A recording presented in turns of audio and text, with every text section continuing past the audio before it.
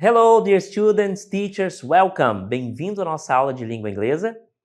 Eu sou o teacher Ademir Ribeiro e vamos juntos aí para essa aula de hoje. Por falar em aula, vamos ver qual é o nosso objeto de conhecimento? Então, nosso objeto de conhecimento é o verbo to be, né? To be verb, interrogative form, a sua forma interrogativa. E nosso detalhamento, o uso da forma interrogativa do verbo to be. Vamos iniciar nossa aula? Então, como falado anteriormente, nossa aula hoje vai tratar do verbo to be. O verbo to be é um verbo bastante conhecido, bastante utilizado e não é à toa. Ele é um verbo que faz parte de várias construções gramaticais, né? E agora a gente vai se debruçar a sua forma interrogativa, né? Aquelas frases, aquelas perguntas que utilizam o verbo to be, tá certo? Mas não dá para falar de interrogativa se a gente não confrontar isso com as formas afirmativas e negativas. Nós temos três formas de falar, né, as frases, a forma afirmativa, negativa e interrogativa. Só que há uma alteração bem substancial entre elas, tá certo? Então o verbo to be é um verbo bastante versátil, que é utilizado em várias situações, mas agora a gente vai ater-se às formas, aliás, interrogativa. A forma afirmativa, qual é a característica da forma afirmativa? Vou mostrar para vocês e também da forma negativa. Então eu tenho aqui, gente, na forma afirmativa, a estrutura que eu estou apresentando aqui é a estrutura básica de quase todas, aliás, de todas as formas afirmativas. Via de regra, segue sempre essa ordem. Sujeito, de quem eu falo daquilo que eu falo, normalmente vem no início. Aí eu tenho o verbo to be, porque esse é o verbo dessas construções, mas poderia ser um outro verbo se a gente não estivesse falando do verbo to be. Então é sujeito e verbo nas formas afirmativas. E o complemento. O complemento ele pode ou não ter, tá? Normalmente tem, mas ele pode não ter. Alguns verbos não precisam de complemento, tá certo? Algumas informações não precisam de complemento, aí a gente para no verbo. Via de regra, então, quando a gente fala, né, é sujeito, verbo, complemento. Essa é a forma afirmativa de todas as estruturas, né? Aliás, a estrutura da forma afirmativa. Todas as frases afirmativas têm essa estrutura. Há casos, por exemplo, em poemas ou então em outras situações, em que aquela pessoa que está usando o idioma, ela faz, por uma questão estilística, né, de estilo do indivíduo, mudar a posição do sujeito, por exemplo, que vai ser individualizado, vai ser separado dentro da frase entre vírgulas. Mas aí é uma questão de estilo e também de situação. Mas a regra, né, via de regra, a estrutura segue essa aqui. A forma negativa, gente, nós temos então uma única mudança em relação às formas afirmativas, que é a presença do not. Not é um advérbio de negação, ou então a gente também chama de partícula de negação, ou ele também é um advérbio, né? Ele é um advérbio aí que indica negação. Então, a frase afirmativa para negativa, eu só acrescento o not. E esse not tem uma posição bem específica. O not vai sempre depois do verbo auxiliar. Se tiver qualquer situação, é sempre o verbo auxiliar que vai fazer essa mudança. Nesse caso aqui, o to be, ele também, além de ser um verbo de ligação, ele também é um verbo auxiliar, tá? Muitas vezes ele aparece dentro das estruturas, ele não tem necessariamente uma tradução, porque ele é um verbo auxiliar. Gravem esse nome aqui, gente, verbo auxiliar. Na língua inglesa nós temos muitas situações onde nós temos um verbo auxiliar. E aí esse verbo auxiliar é que faz toda a mudança. Por exemplo, numa frase interrogativa, você já deve ter ouvido falar que as perguntas em língua inglesa iniciam sempre com verbo, certo? Mas não é qualquer verbo, é o verbo auxiliar. Então, nas frases interrogativas é o verbo auxiliar que vai para o início. Ele troca de posição com o sujeito conforme nós vamos ver em seguida. Mas nas frases negativas é esse verbo auxiliar que vai sempre receber o not, tá certo? Quando tiver verbo auxiliar, é ele que faz todas as mudanças, é ele que muda de posição, é ele que recebe o not, tá certo? Então, memorizem agora. Frase afirmativa, sujeito, verbo, complemento. Nas frases negativas, eu tenho sujeito, verbo, not, mais o complemento. Tá certo? Então, essas duas estruturas de afirmativa e negativa. Mas qual é a diferença entre essas duas e a forma interrogativa? Das três, a interrogativa é que tem uma mudança maior. É uma mudança aí bastante substancial, como nós vamos ver agora. Olha só. Forma afirmativa, então, sujeito, verbo, complemento. Forma negativa, sujeito, verbo, not, complemento. Agora, na interrogativa, nós temos essa estrutura. To be, que é o verbo em questão, né? Sujeito, complemento, e lá no final o question mark, que é o ponto de interrogação. Perceberam a mudança? Frase afirmativa, sujeito, verbo. Frase interrogativa, verbo, sujeito. Então, via de regra, né, já é um padrão, as formas interrogativas sempre vão iniciar com um verbo. Depois vem o verbo, o sujeito. Tá? Então, é essa alteração das frases afirmativas para a interrogativa. Então, to be, subject, complement, mais o ponto de interrogação. O exemplo que eu tenho para vocês, are you ready? Você está pronto? Are you ready? Você está pronto? Repare que you é o sujeito e ele vem depois do verbo. Informação importante, as frases interrogativas em língua inglesa sempre vão começar com um verbo. Não é qualquer verbo, verbo auxiliar. Pode ser, como é o caso das WH questions, que são os pronomes interrogativos, pode ser que as perguntas comecem com um pronome interrogativo, mas na sequência vai vir sempre um verbo, tá? Então, o verbo vai vir sempre antes do sujeito nas perguntas em língua inglesa, tá bom? Então, da frase afirmativa e negativa para a interrogativa, muda exatamente essa posição entre sujeito e verbo. Não esqueça do ponto de interrogação, que em inglês é o question mark. Vamos ver agora alguns exemplos? Então, eu tenho esses exemplos aqui. Como é o verbo to be na sua forma interrogativa, então as mudanças que ocorrem é ele que faz, né? Olha só, cultural diversity seria o sujeito, então is é o nosso verbo, tá vendo como ele está começando? Is cultural diversity. Diversidade cultural, gente, é uma palavra, né? Na verdade, é uma locução aqui, né? É mais de uma palavra, duas palavras na função de sujeito. Mas eu poderia substituir por he or it, nesse caso aqui, tá? It porque não é uma pessoa. Então, por isso que ele é a terceira pessoa do singular, ó. É uma palavra, duas palavras, mas que poderia ser substituído por um pronome sujeito, certo? Poderia ser o it, mas aqui eu optei por utilizar um nome. Is cultural diversity important in today's society? A diversidade cultural é importante today, hoje. Today's society, na sociedade de hoje em dia. Então, is cultural diversity important in today's society? A diversidade cultural é importante na sociedade de hoje? Aí, segunda pergunta, olha só. Are there... essas palavrinhas aqui, gente, essas duas, tá? Any festivals that celebrate cultural diversity in your city? Há algum festival? Are there any festivals that celebrate cultural diversity in your city? Há algum festival que celebra a diversidade cultural em sua cidade? Então, repare que eu estou falando de um plural, né? Are there? Só que no sentido aí de plural, há mais de um, né? Festival que celebra a diversidade cultural na sua cidade? Aí, aqui eu chamo a atenção, né? Que eu tenho um verbo aqui logo no início. Nosso terceiro exemplo. Is cultural diversity reflected in the media? Então, a diversidade cultural é refletida na mídia? Então, is cultural diversity reflected in the media? Mais uma vez, o verbo iniciando aqui, tá? Aqui eu tenho o sujeito que poderia ser substituído por it. Ele ou ela, em língua inglesa, quando não é pessoa. Se fosse uma pessoa, deveria ser o he, tá certo? Ou she, né? Se fosse feminino. Então, is cultural diversity reflected in the media? Então, a diversidade cultural é refletida na mídia? O que eu chamo a atenção é o início da nossa pergunta, sempre com o verbo. Nosso último exemplo. Are traditional foods from various cultures becoming more popular? Então, há comidas, né? As comidas tradicionais, né? Traditional foods from various cultures becoming more popular. As comidas, então, tradicionais de vários... Olha a palavrinha from, né? Que vem de, né? A tradução de from é no sentido de vem de, a origem de. Então, tem, né? Ou são as comidas tradicionais de várias culturas se tornando, ou estão, né? Nesse caso, estão se tornando mais popular. Então, a nossa pergunta aqui é caracterizada pela presença do verbo.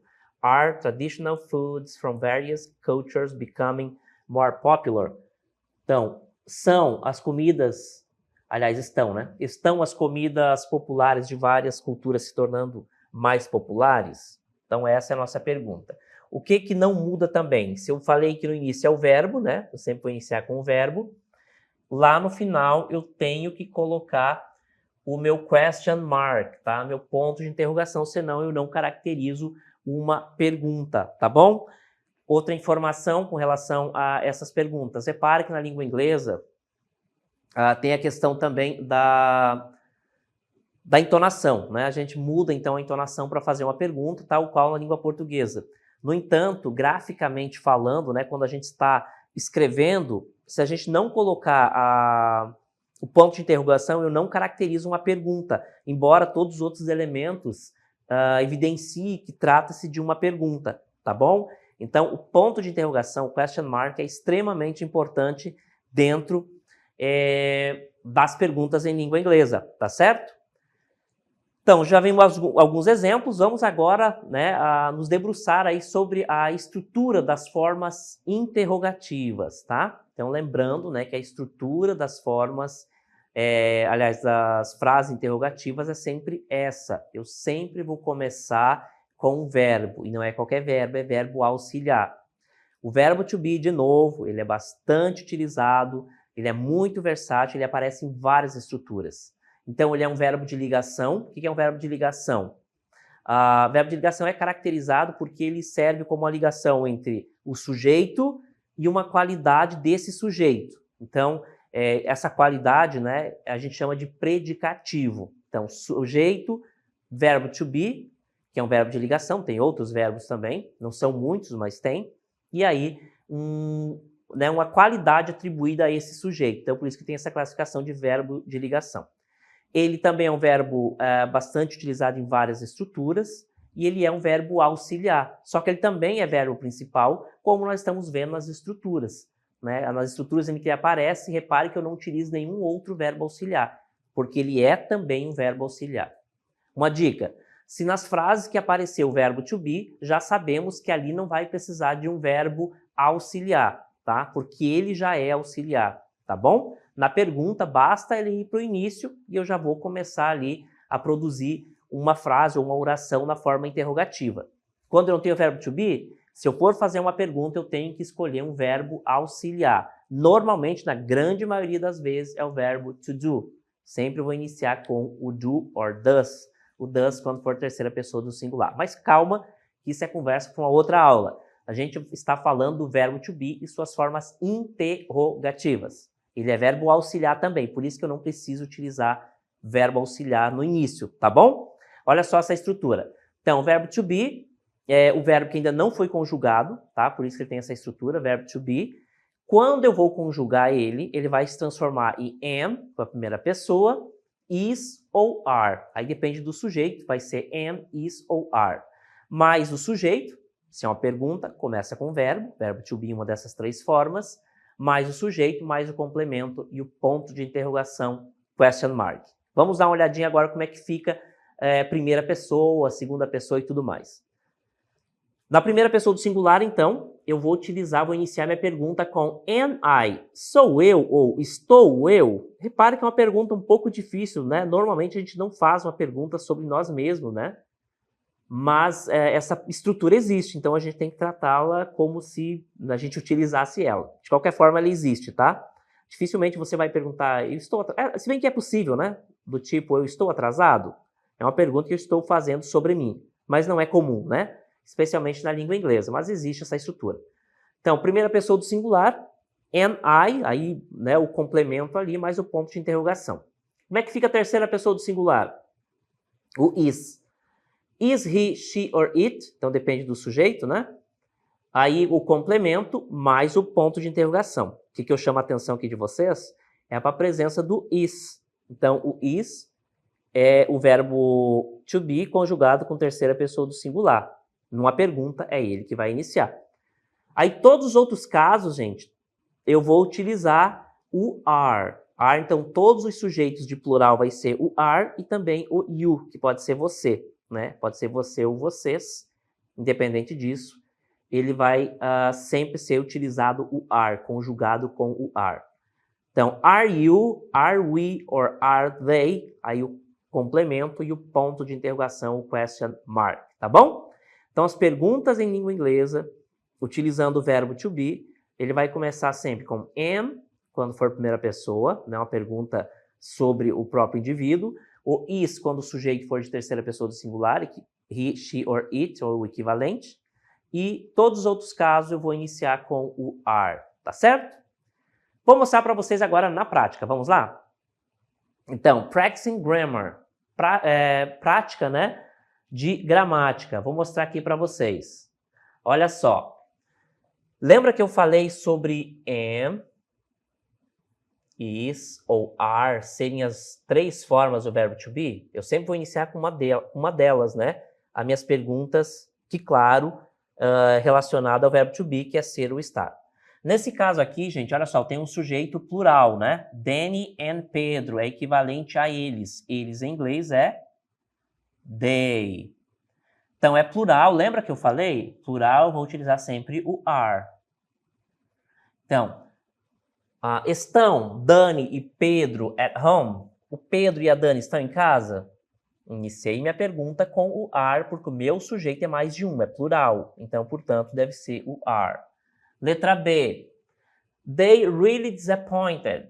Qual é o verbo que eu devo utilizar? Aqui, gente, eu utilizei dois nomes. De qualquer forma, mais de um. E esses dois nomes é equivalente a eles, porque eu não estou dentro, né? Não estou presente aí nesse meio.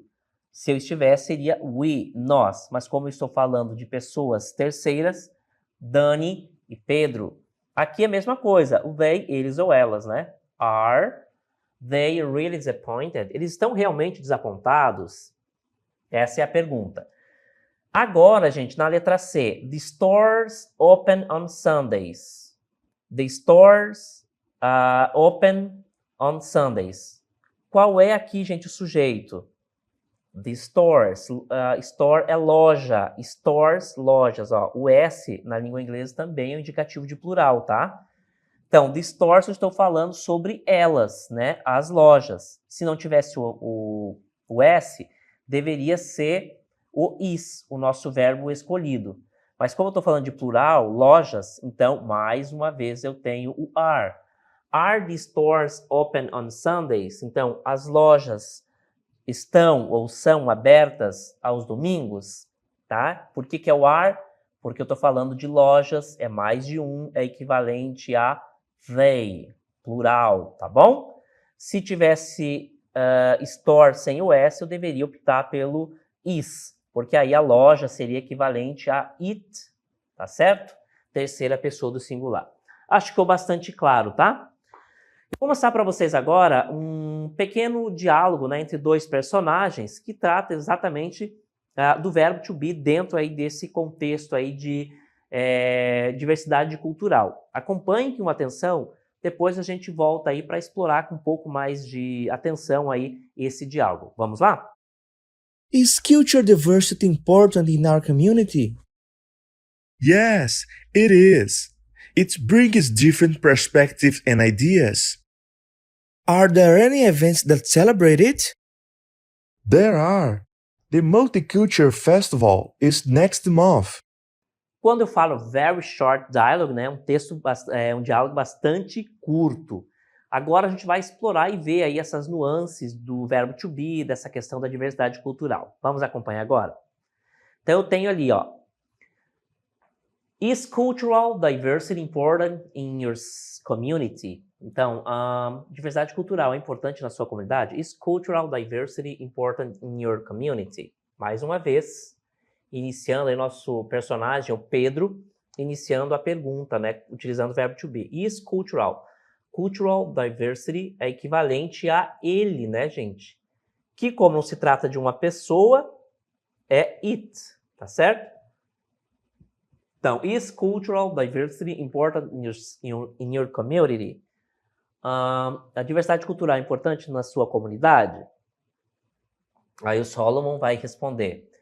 Yes, it is. Por que it is, gente? Porque eu estou falando, né, de algo que está substituindo o it. Olha só, cultural diversity. Não é uma pessoa, mas eu posso substituí-lo por um pronome, né? Um pronome sujeito, conforme já foi visto.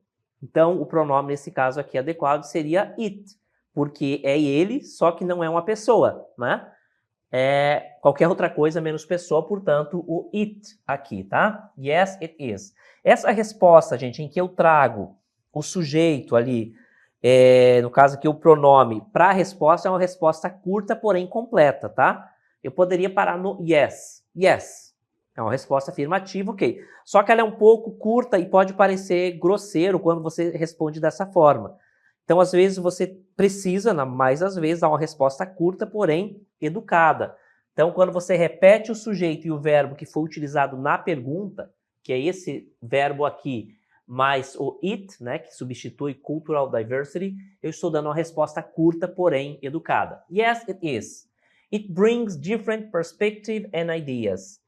Ele, né, o isso, nesse caso aqui, a diversidade cultural, né, substituída aqui por it. It brings, traz diferentes perspectivas e ideias, né? Então é bom a diversidade cultural porque traz diferentes perspectivas e ideias. Aí continuando o dialogue. Are there any events that celebrate it? Então, há algum evento que celebra isso? Are there, quer dizer, há algum, né, mais de um evento. Olha o plural aqui, né? Are there any events that celebrate it? Algum evento que celebra isso, né? Que celebra essa diversidade cultural? Aí o Solomon responde, yes, there are. Eu fiz a pergunta utilizando isso aqui. Olha só na minha resposta. Uma resposta curta, porém educada. Yes, there are. Sim, there are. The Multicultural Festival is next month. Sim, o festival multicultural ou nesse caso aqui será, né, no sentido de futuro, próximo mês, is next month. Então, o próximo festival multicultural é mês que vem. Agora a gente vai falar de algumas palavrinhas que nós tiramos aí, né, do texto, que os advérbios com terminação em ly, tá? Advérbios terminados com com y, sorry. Na mais das vezes, as palavras terminadas em y, né, ly, são advérbios, tá? Advérbios modificam verbos, adjetivos e outros advérbios. Então, muita atenção quando vocês se depararem, gente, com palavras com terminação em y, tá? Eu já falei para vocês que as palavras aqui, ó, com ly no final, tá? Palavras com ly no final são, na grande maioria das vezes, advérbios, tá? E aí ele vai ter o final mente. Olha só. Então, a palavra que tiver o final ly, né? Ele vai ser um advérbio e ele vai ter sua tradução em mente, tá? Então, muita atenção. Advérbios em língua inglesa com terminação em ly. Então, se deparou com uma palavrinha que tem a terminação ly, nós sabemos que essa palavrinha é um advérbio, tá? E provavelmente ela nunca estará presente nos dicionários. Por quê? Porque ela é uma palavra que é acrescida, né? O ly é acrescido a uma palavra que já existe e aí transforma essa palavra num advérbio. E o ly, quando adicionado numa palavra, né, ele vai trazer essa ideia de mente, tá certo? Então, advérbios com ly vai ter o final mente, a tradução mente, tá bom? Typically, por exemplo, tipicamente, tá certo?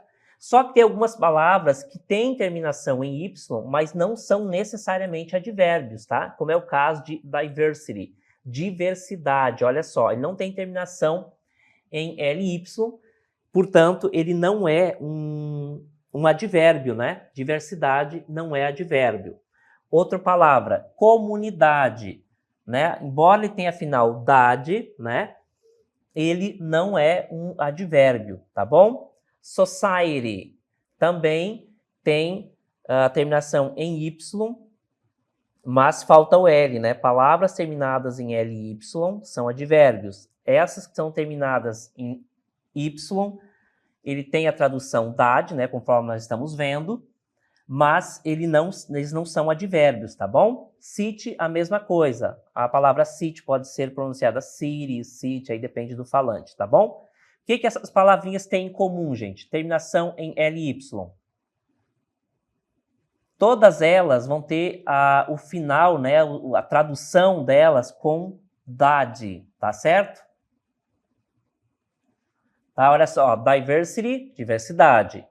Community, comunidade. Society, sociedade. City, cidade, tá bom? Então, o final Y das palavras ou vai ter a tradução dade, na maioria das vezes, ou então, quando tiver terminação LY, será um advérbio e o significado, a tradução dela será mente, tá bom?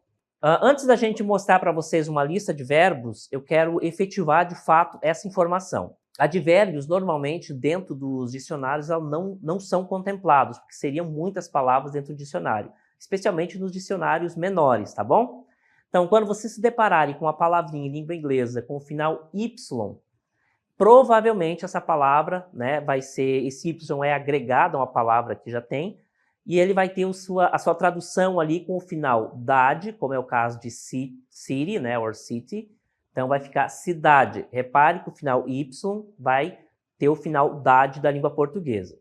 Se antes desse Y tiver um L, muito provavelmente, na mais das vezes, trata-se de um advérbio. E esse advérbio vai ter a tradução mente, tá bom? Então, a palavra em língua inglesa que não for um nome próprio e que tiver a terminação em Y, ou ele vai ter a tradução, na grande maioria das vezes, em dade, como city, cidade, ou então a terminação LY com o final mente, como, por exemplo, typically, tipicamente, tá bom?